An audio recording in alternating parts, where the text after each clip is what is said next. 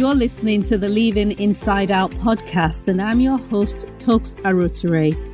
This is episode 6.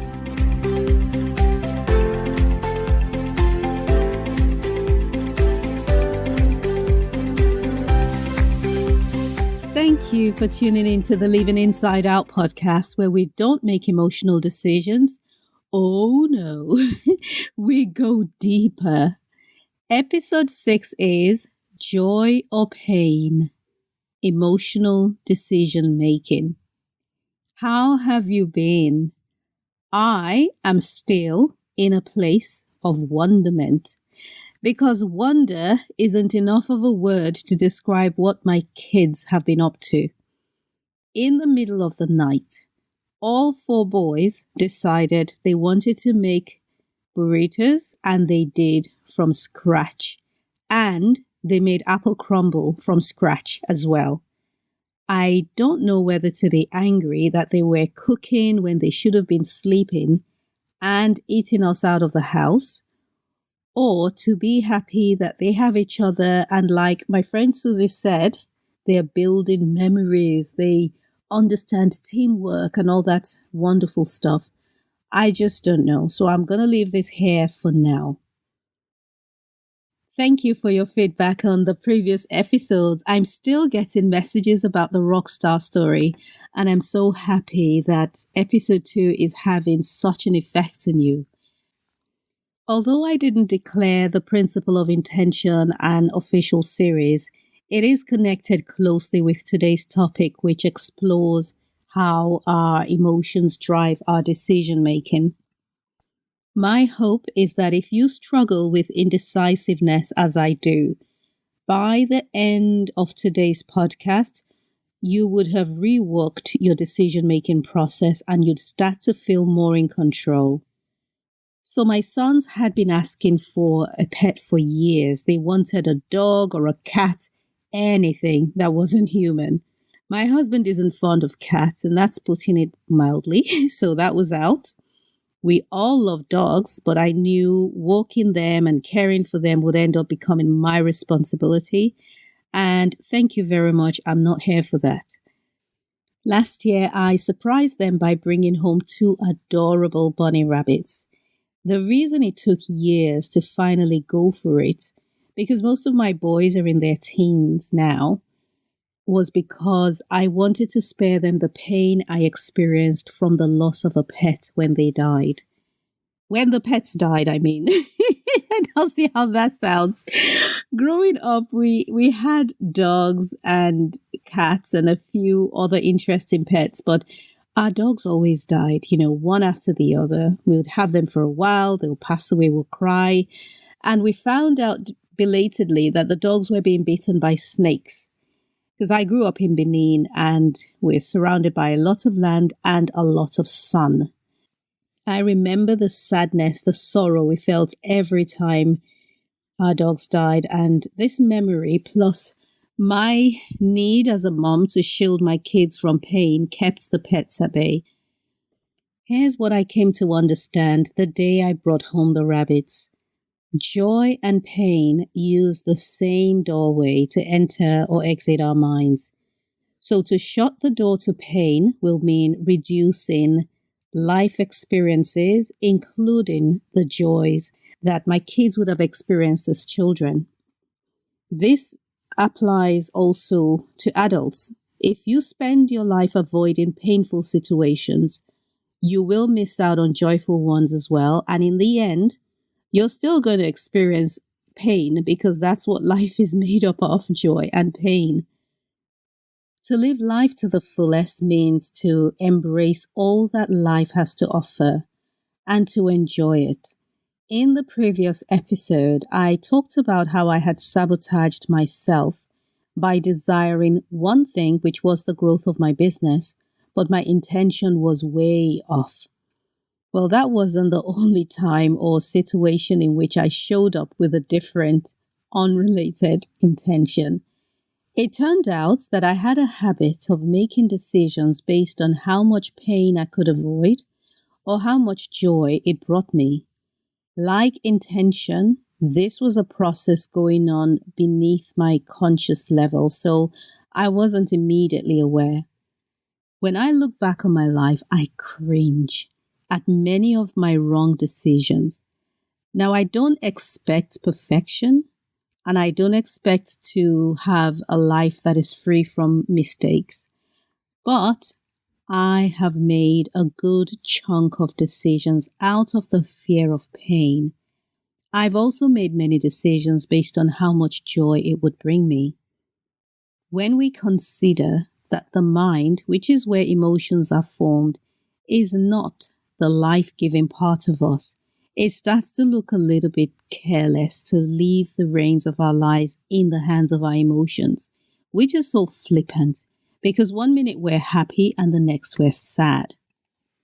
So last night found me in a state. I was very irritated because I was interviewed by a major newspaper which featured my business, and the feature came out in the paper just yesterday, only to find out that the quotes that they had attributed to me were not what I said. My words were altered, and while the overall gist remained, which was a business feature in a well-respected publication, the vibe that the article gave was not a true representation of me or my business, and I was upset about it yesterday.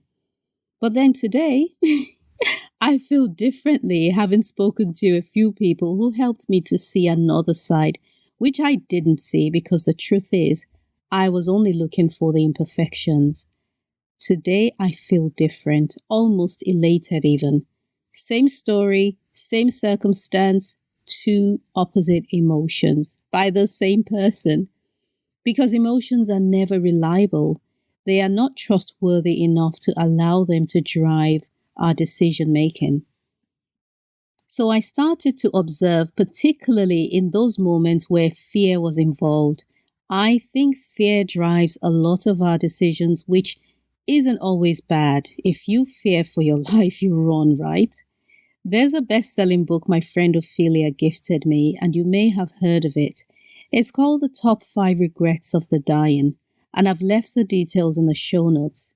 It isn't a morbid book, although it did stay on my bookcase for ages until she assured me it wasn't dark, because I don't like dark material. But one story stood out for me, and to give you a background, the book was written by a palliative nurse who cared for end-of-life patients in a hospice. Over the years, she began to pull together the most common regrets her patients listed, and she compiled the top 5 and published the book. Now, while it's not a morbid book, it will send shivers down your spine as you begin to identify the likelihood of you having some of these regrets if you don't make changes today. And I'll share just one story, completely paraphrasing here. But Grace was married for 50 years and she did all the things. She cooked and looked after her home, raised her kids. She was a wife to her husband. Everything that was expected of her, she did. But she spent most of her life wishing she had a different life from the one she was living.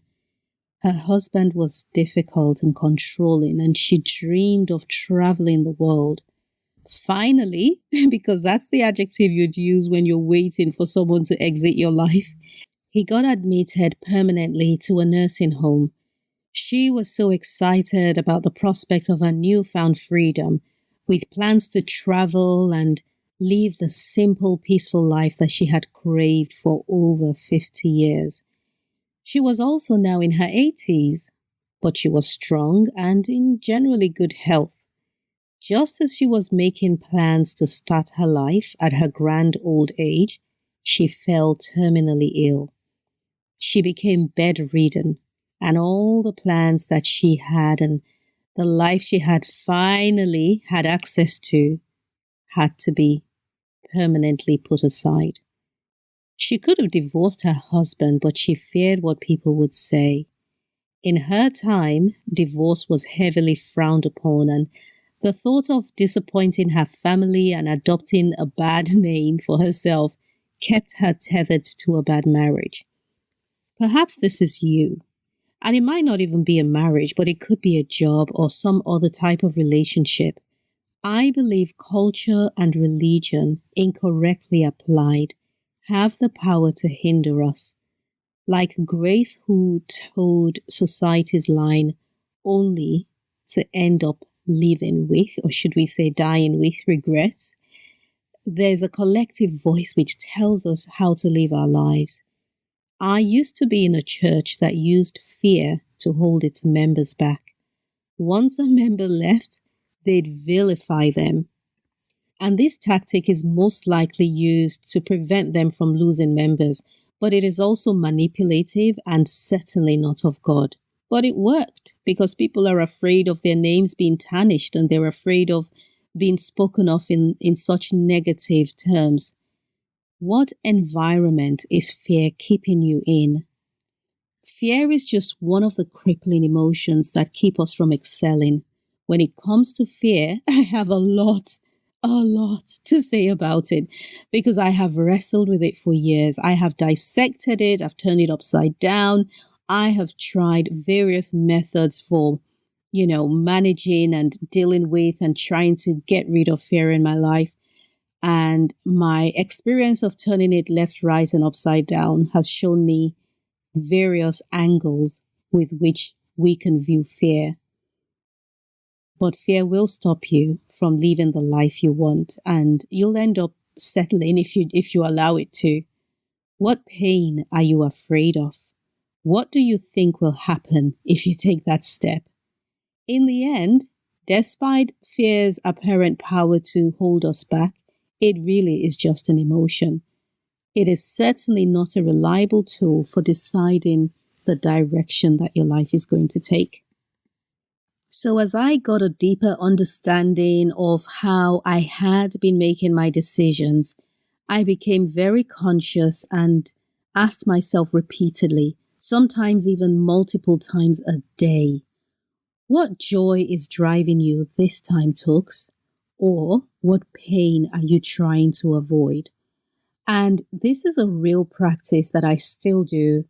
And sometimes I can only get the truth out by writing it down on paper because I don't know if it's just me or everybody else, but it's not very easy admitting to yourself a flaw that is so silly, So to admit that, hey, I'm refusing to send that email because I don't want the recipient to think of me in a funny way, even if that email is going to make me lots of money. That's silly, but I can write it down on paper.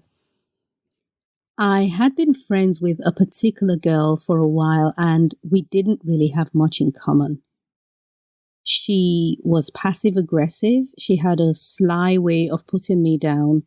People like her tend to wrap their insults with a joke and a smile. So I knew the friendship, in quotes, wasn't good for me, yet I remained in it. And do you want to know why? Because she was really good at flattery. So on the one hand, she'd put me down, and on the other hand, she'll compliment and sweet-talk me. I stayed in the friendship because of the joy of being admired. I believe we attract our weaknesses. If you're seeking validation because you have the imposter syndrome, like I did, chances are you'd attract people into your life that will fill that void. And while on the surface, it might seem like a good idea to have someone make up for your weaknesses, the truth is, some weaknesses are caused by a problem deep within you, and this is what needs to be addressed. Again, it's like dressing up a festering wound caused by flesh-eating bacteria, but then you leave the bacteria to keep growing in the wound. That's why I believe we must strive to live from the inside out. Last Christmas, we visited a region called Vistabella in Spain.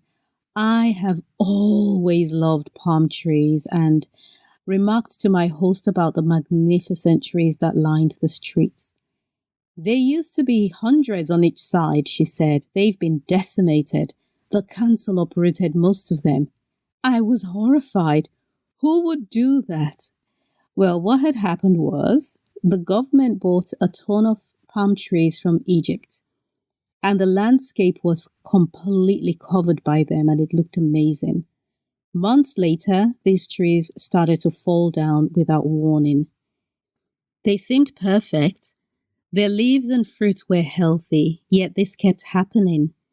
So they treated and sprayed the trees to combat the most common plant diseases, but nothing came out of it until someone had the good sense to open them up, only to find that the trees were hollow.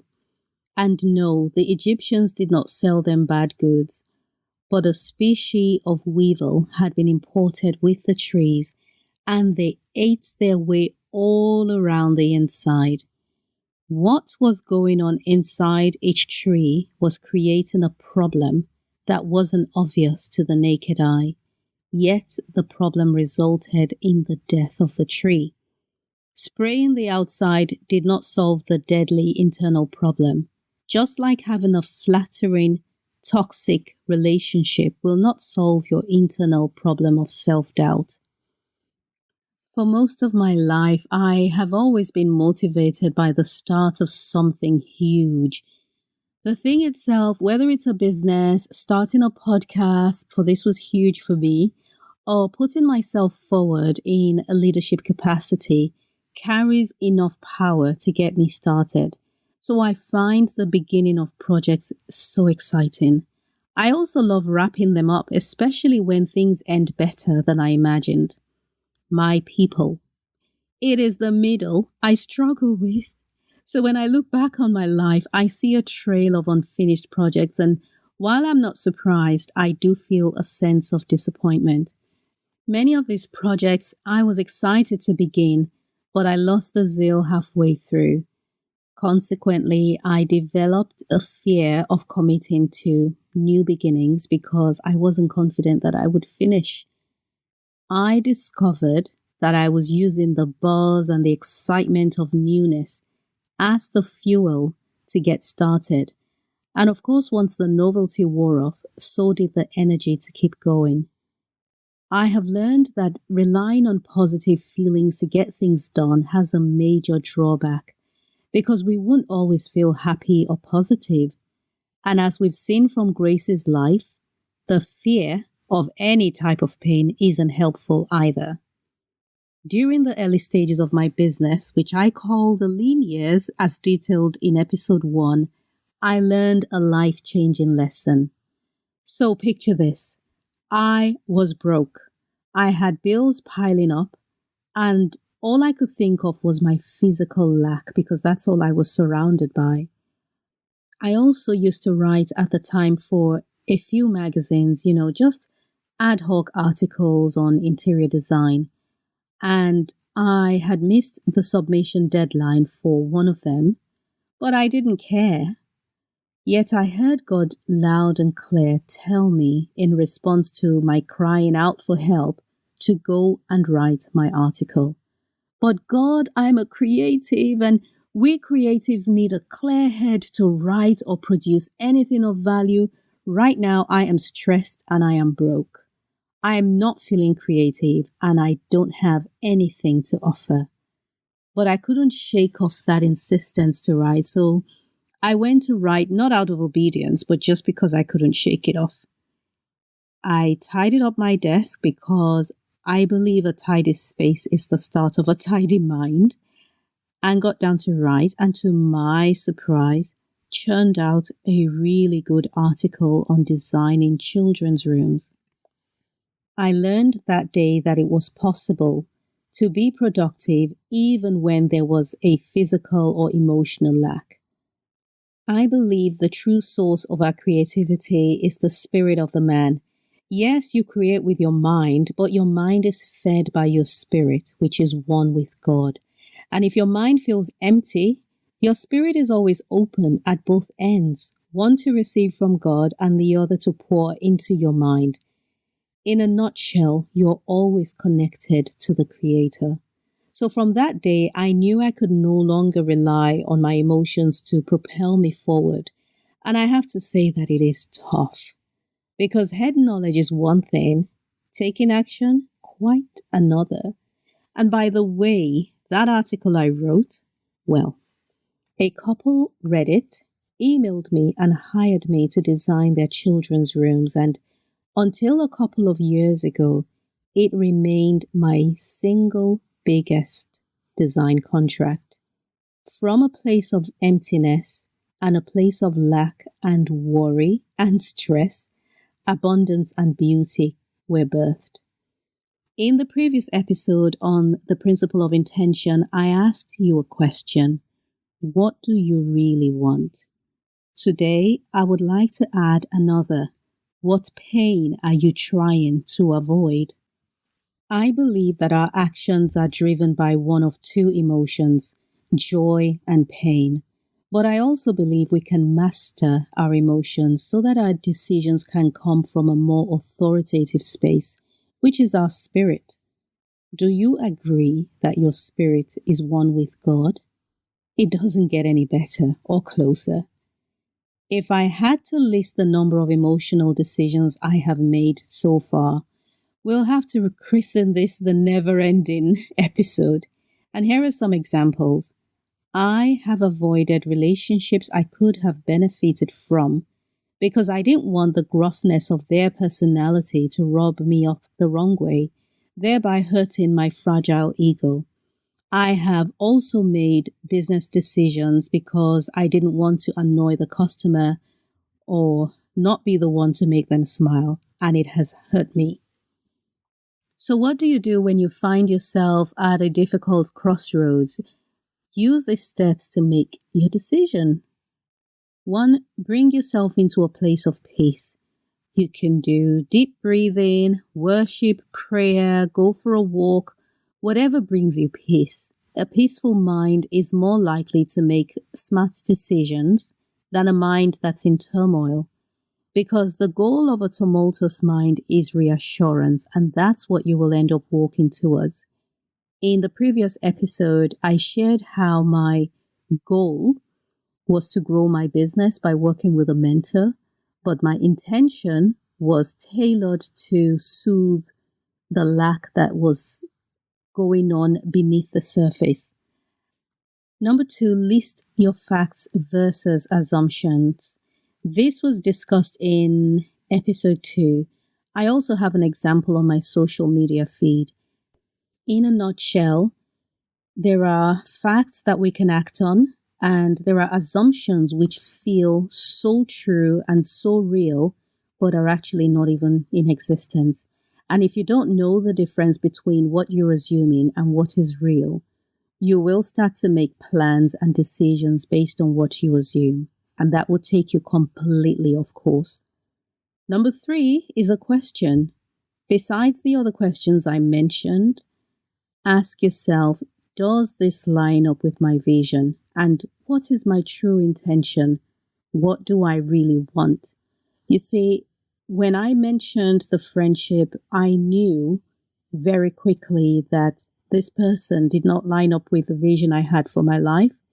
And I knew she wasn't meant to be in my life. I could see that. But what I was doing was force-fitting and remolding her to fit into my life. Almost as though I was trying to tell my radar, you're wrong and I'm right, it works.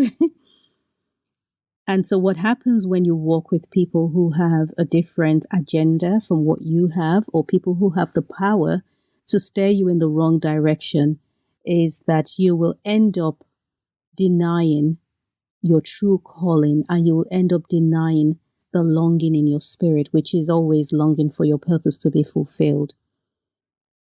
So it's always important to ask these questions. Does this line up with my vision?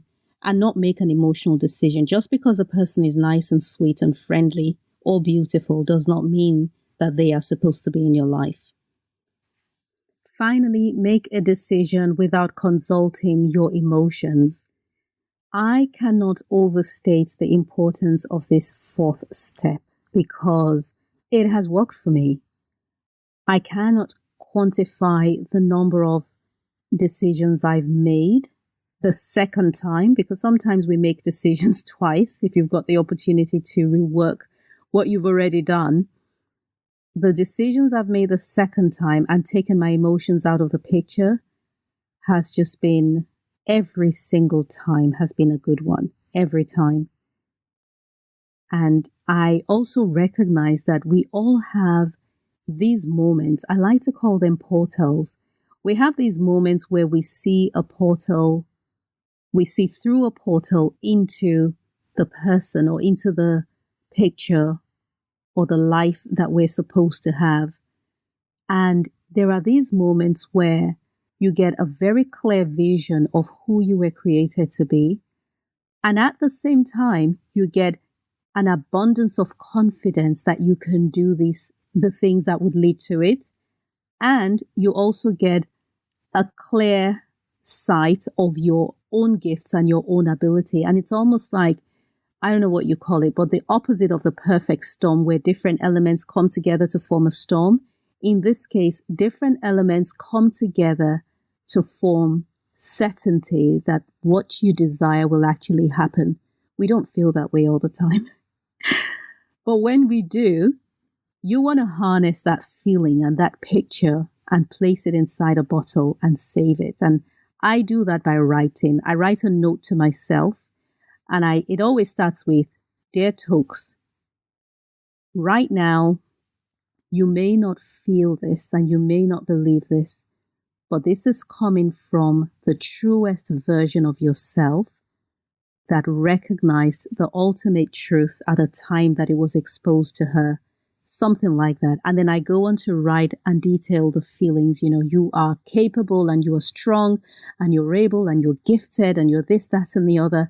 And I write all of this down and I try to capture that moment of certainty on paper so that when that time comes, when I have no clue who I am or what my abilities are or where I'm doubting my purpose in life, then I can read it and reassure myself. We all have the version of ourselves that knows exactly what we were here for. But unfortunately, life and the vicissitudes of it all just kind of covers it and hides it. And so it's not always visible to us. Can I ask that throughout this week, before you make any decision, ask yourself either of these two questions. What pain am I trying to avoid? What joy am I being pulled by? Can I also ask that you share this episode with one friend, especially if you think it will be of value to them? Let's connect on social media. My handle for Instagram, Twitter, Facebook, LinkedIn is my first name and surname, Tokes Aroture, no spaces or dashes or whatever interruptions exist. Also visit talksarotere.com to read more inspirational material and to join my friends list. Thank you for listening, and remember to live always from the inside out.